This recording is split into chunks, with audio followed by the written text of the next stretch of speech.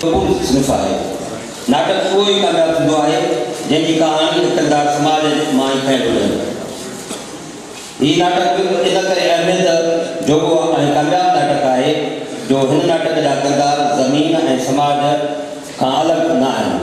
Doctor गुलाम सभा Salovey ॿारनि जी नफ़सियात खां चङी तरह वाक़ुफ़ु आहे, तॾहिं त उहो अहिड़े शाहकार नाटक लिखण जा गुण ॼाणे थो।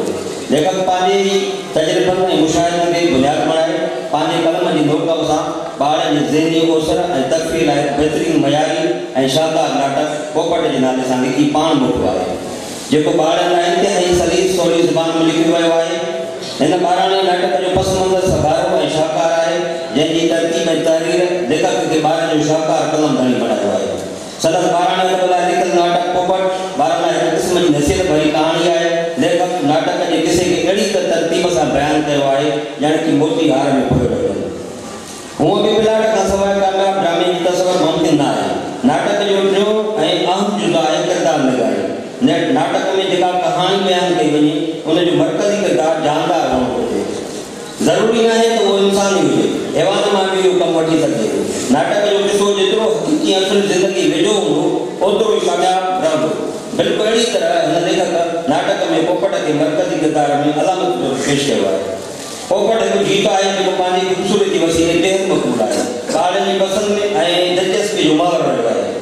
हू अक्सर बाग़ में घणो ॾिठो वेंदो आहे जिते गुलनि जी रस चूसण लाइ गुलनि मथां ख़्यालु ॾिसणु मिलंदो आहे। इहो ई सबबु आहे जो लेखक ॿारनि जी पसंदि उन जी नफ़सियात खे मदेनज़र रखंदे पंहिंजी नाटक पोपट में कहाणी जो महवर मर्कज़ पोपट खे बणायो आहे, जंहिंमें हू ॿारनि खे इहो थो सम्झाए त पोपट हिकु नाज़ुक नफ़सी जीव आहे जंहिंखे हथु लॻाइण सां कुमाई वेंदो आहे। हिन जे परंदा ख़ुशि रंग में लही वञनि था, सो उनखे पकड़णु हिकु ख़राबु आदत आहे। पोपट खे पकड़ण वारो ज़ालिम थिए थो ऐं हू इहो बि ॿुधाए थो त पोपट खे किताब में रखण सां हू यकदमि मरी वेंदो। पोपटनि ऐं गुलनि सां प्यारु कयो वेंदो आहे, उनखे पकड़ियो ऐं टोड़ियो वेंदो आहे। हू पंहिंजी जाइ ते ॾाढा सुहिणा ऐं सुठा लॻंदा आहिनि। दिलि में हिन लाइ राम धारिजे अहसासु रखिजे त बहितर।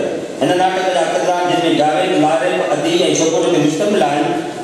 हिन नाटक खे पढ़ण खां पोइ इहो थो महसूसु थिए त हीउ नाटक हक़ीक़त ते मुबनी आहे, जंहिंमें ॿारनि जी दिलचस्पी खे बरक़रार रखियो वियो आहे। उमेद त जॾहिं बि ॿार हिन नाटक खे पढ़ंदा त यकीनन हिन नाटक जी कहानी संदसि दिलि ऐं दिमाग़ ते ज़रूरु असरु कंदी। वाक़ियो हीउ नाटक